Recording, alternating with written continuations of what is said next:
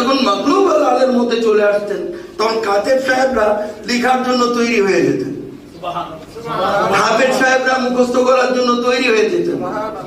কথা বুঝতে পেরেছেন? কারি সাহেবরা সহি শুদ্ধভাবে মনে রাখার জন্য তৈরি হয়ে যেতেন। আল্লাহ রসুলের জবানে পাক দিয়ে কিছু কথা বের হতো, কাদের সাহেবরা লিখে ফেলতেন, হাফেজ সাহেবরা মুখস্থ করে ফেলতেন, কারি সাহেবরা এটাকে সহি শুদ্ধভাবে মনে রাখতেন।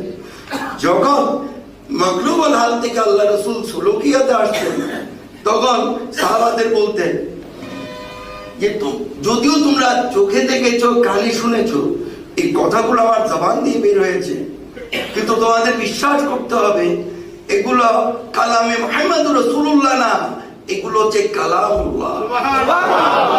আমি নবী মুহাম্মদ রাসূলের কথা না, এগুলো আল্লাহর কথা।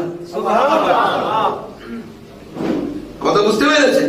যার কারণে আল্লাহর কালামও রসুলের মাধ্যমে আল্লাহ বের করেছে, দুজনের মধ্য দিয়ে আল্লাহ বের করেছে। এক তো আল্লাহর দাওয়াত এনেছেন ওয়াসিলার মাধ্যমে, এবং কোরআন শরীফও ওয়াসিলার মাধ্যমে আল্লাহর কালাম আল্লাহ দান করেছে।